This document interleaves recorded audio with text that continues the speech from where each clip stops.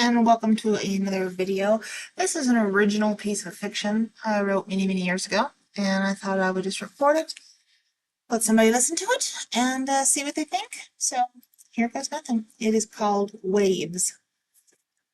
We believed the aliens when they said they wanted to help us. You have to understand that, firstly.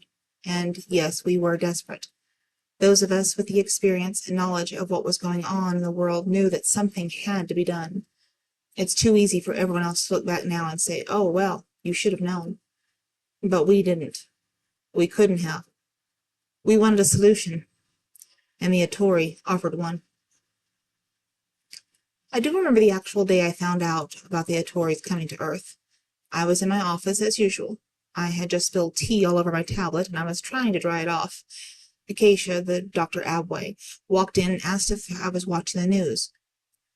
I keep my office TV on most of the time, low on something non-distracting, just for the background noise. But that day it was on a nature program, I think. Penguins. Yes, it was penguins. Anyway, Dr. Abway came in, and so I switched it over to one of the cable news channels. And the first thing I remember about it, it's still very sharp in my mind, is that the alien ship was so awkward looking. It defied all the natural elements that we envisioned a spaceship having. Saying it was not aerodynamic, not by our standards. It was misshapen? You understand my meaning. It was abnormal, bulky, and it just didn't look right. And I asked Acacia, I said, how did they get here on that thing? And then Dr. Abway smiled and said something like, I don't know, but I'm going to love finding out. So that's how I began my involvement with the Atori. I was one of the many scientists and engineers who got to analyze the technology and methods that they gave us, me and Acacia. It was a chance of a lifetime, you know? And where is Dr. Abway now? This kind of follow-up question was expected. Acacia had an abnormal mass in the liver.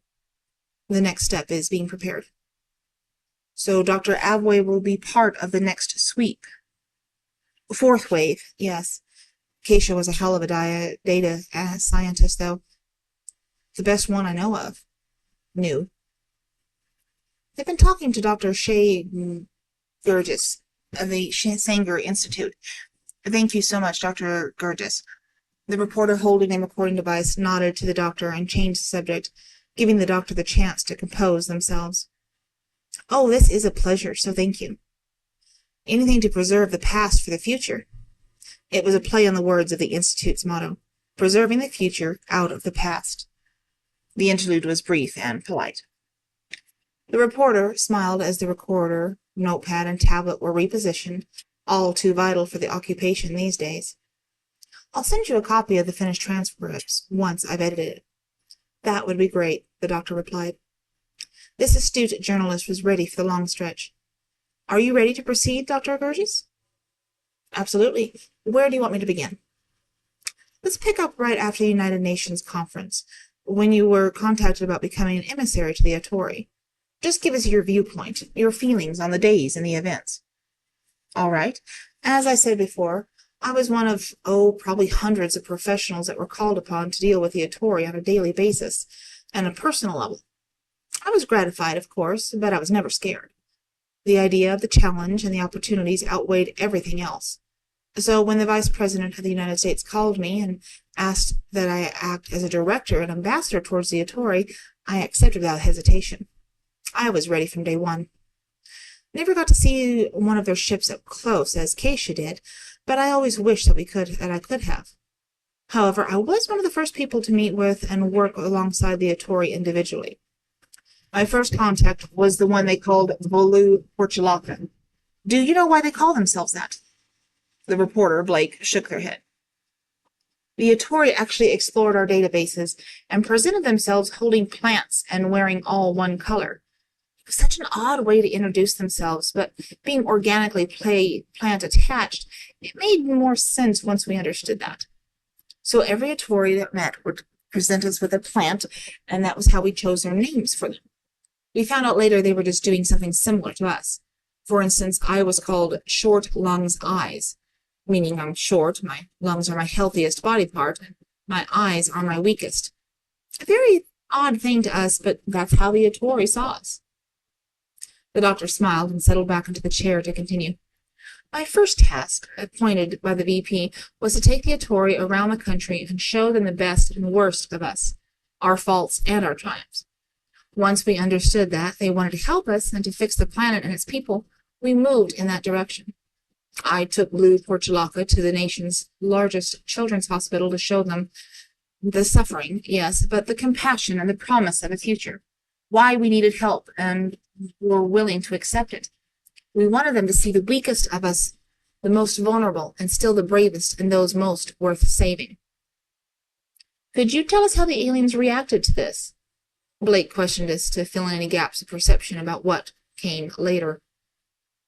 The doctor tried to keep the reaction nonchalant, but failed on some level. The Atori have a different belief of compassion.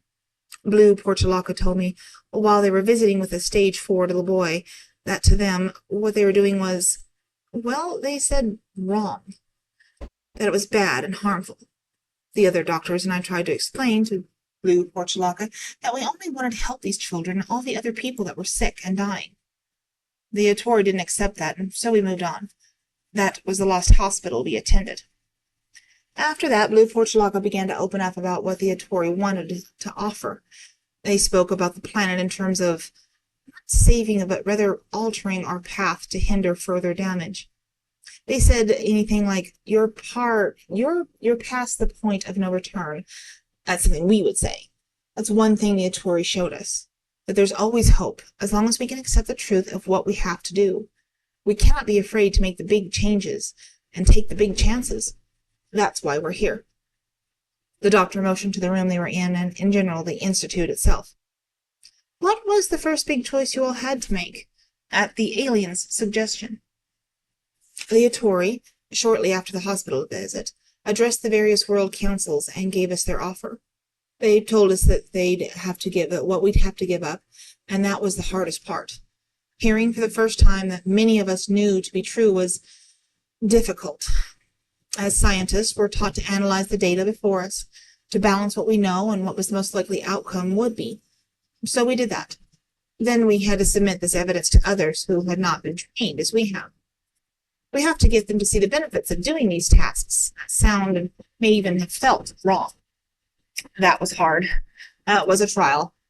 Some of the councils, foreign powers, saw immediately that what the Atori were suggesting and accepted it. They were on board from the very get-go. It really led the way here to the United States. It faltered a bit, and we held back because we didn't want to be insensitive. We were being inhuman and even monstrous. I believe those other countries and governments, they were truly the ones that we owe for their bravery and far-seeing wisdom in accepting the Atori's aid. If they hadn't taken those first steps, then there's no telling where we'd be now. Blake nodded and jotted out something on a notepad. It was double-checked on the tablet. Then the reporter returned all attention to Dr. Gurgis. You mean when they announced what they were going to do to help us? No, I was not there. None of us were. That was strictly a politician-only summit. No, we were actually checking the text to make sure that it was humane and painless in implementation. That was something we insisted on. It had to be gentle and calming, because so many of the targets wouldn't understand what was happening to them. We wanted to make sure that it was kind, and the Atori insisted on that anyway, so it was really just a matter of proving to the councils that it was fine. Once that was understood, then we moved forward, or rather the Atori did. They had decided to scan, or sweep scan, all of the planet for the most unhealthy and disabled people that would not survive on their own. That was the first wave, roughly 900 million people from across the globe. That was out of nearly 8 billion, correct? And can you explain why the first wave consisted of who it did? The Atori wanted to allow the Earth to become productive at its rate again. Well, we tend to forget that those 900 million do not include the animal life and the plant life that was also removed for the betterment of those remaining. It was a hard choice, a difficult option against impossible odds. However, back to your original question. The Atori wanted to give the human race the best chance for future survival. They actually quoted Darwin in most of their treatments of the situation. They show the statistics of life expectancy for people with severe disabilities and the resources that could be redistributed. It was challenging for Dr. Montez. One of the twins has Down syndrome, but we all understood what the Atori wanted to accomplish for us. So we watched as the psychologists, the counselors, and the advocates made the case for the common people. They used their diagrams and topics to explain it in terms that everyone could understand and accept. They were, of course, dissenters and distractors, and they had a massive impact on the masses, but in the end it didn't matter. The Atori kept with the plan, and on the 4th of April, the first sweep happened. I was at another children's hospital with a film crew and commentators and national journalists. A lot of them were holding hands with some of the children to get as close as they could for what was about to happen. No one knew exactly how it was to be done. I mean, the Atori detailed it and taught us the theory behind it, what they were doing. Yet we were still unaware of what we were going to see. The news outlets were on a 5-second delay with orders to go dark if the scene was too graphic, but it wasn't. It was truly very peaceful. Watching their faces, knowing that there would be no more pain and hurt, all of that was coming to an end. Blake politely interrupted with some follow-up. There were some reports overseas that the sweep was not as humane as the news and journalists made it to seem. No video has surfaced to challenge your own experiences, so what do you make of those claims? And also, what are the accusations that some of the people taken in the first wave were not ill or disabled at all, but were included for political means?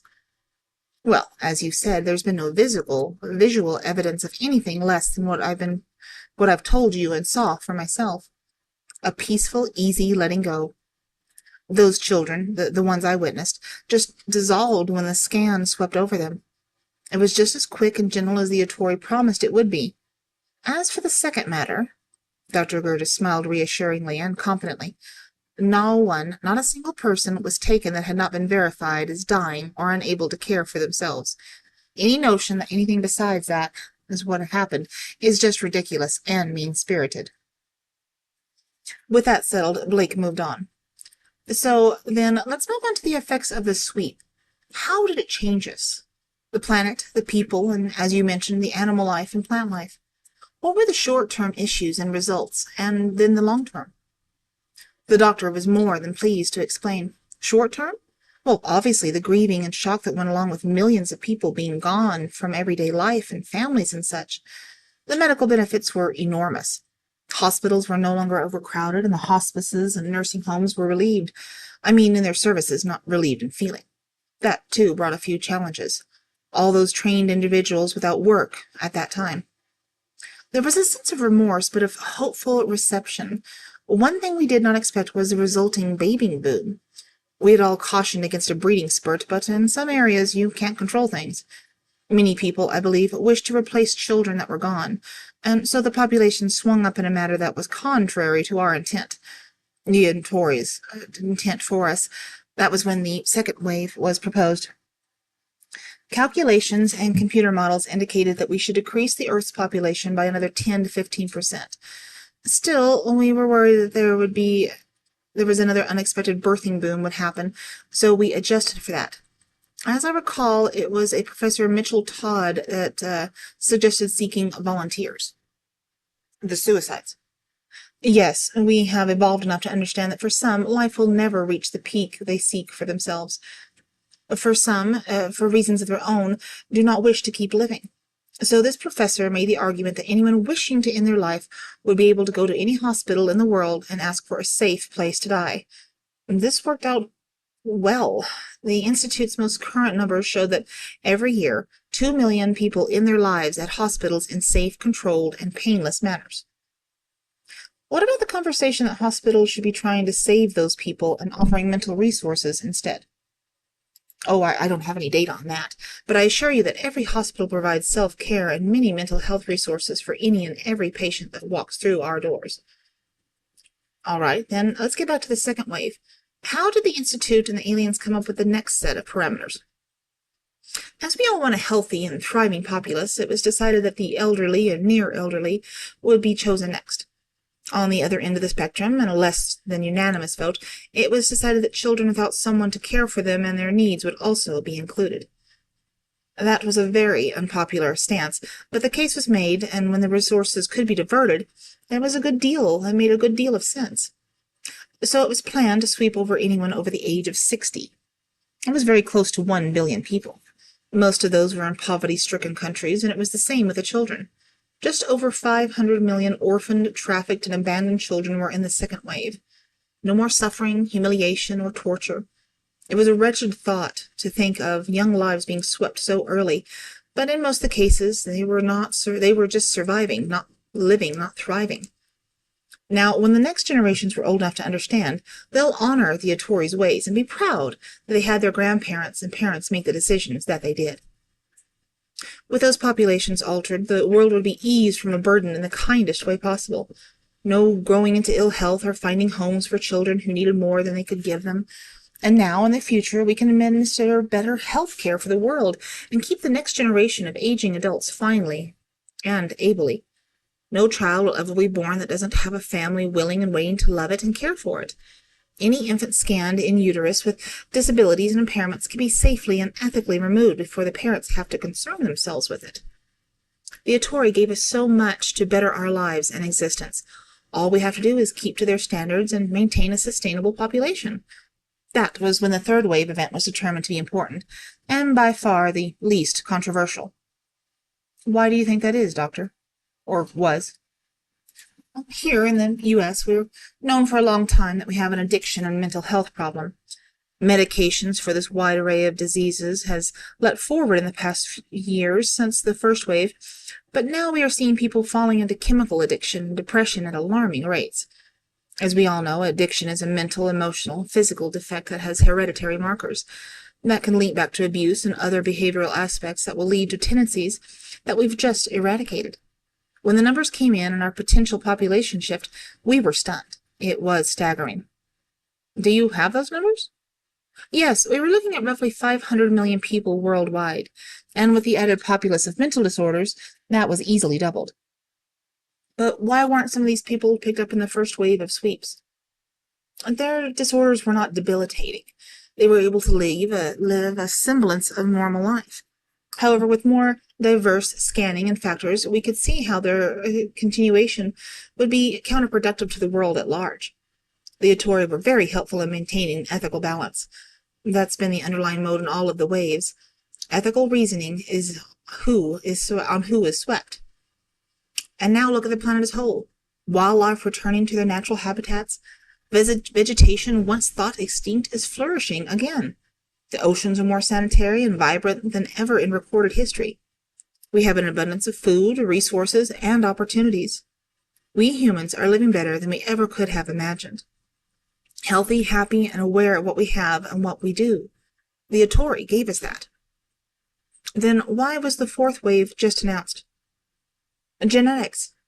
We have progressed to the point with the scans that we see what our physical health will be in 10 or 20 years on. We take that into account, the cost, care, life expectancy, willingness to continue. All of that goes into individualized reports and is given to that person, their primary physician, and the database here at the Institute. The algorithms then make a best and worst case scenario, and that is the deciding factor for the fourth wave. And is that what happened to your colleague, Dr. Abway? A report came back that suggested a sweep? Yes. The mass was going to be fatal, regardless of treatment or care, in 12 years. Regardless of treatment. 12 years was with therapy started last week and carried on without fail until the end. But then the choice can change any matter of planning. Therefore, the better estimate was 7 years.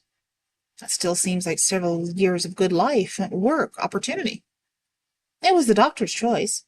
We all know what costs we can drain on the systems we have in place, and it was the right time. 7 years of mediocre living, daily treatments, and the constant backlash of not attending to our methods.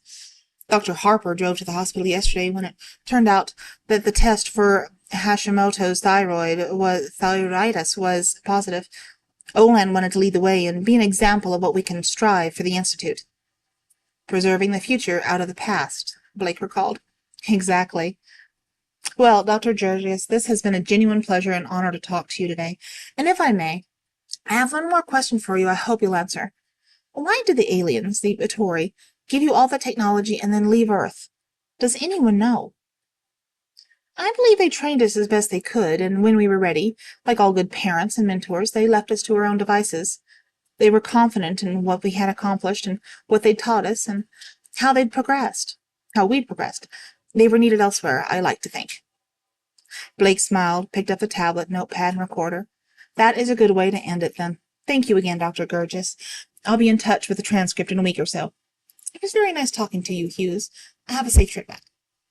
Blake left the room with a loaded-down satchel slung over the right shoulder and a cell phone in hand. As Blake walked down the hall, bits of a conversation could be overheard. A pair of scientists were speaking to one another. Not wishing to eavesdrop, Blake moved a little more to the side of the hallway and focused on the cell. However, a few words could not help but cause concern. Prototype, reassurance, transfer, and confirmed. Blake ignored them, but made a quick call once outside. Chan had ears to the ground on all the shady stuff. Hey, Chan, is there any word on the scan sweepers going private, like for sale? How'd you find out about that?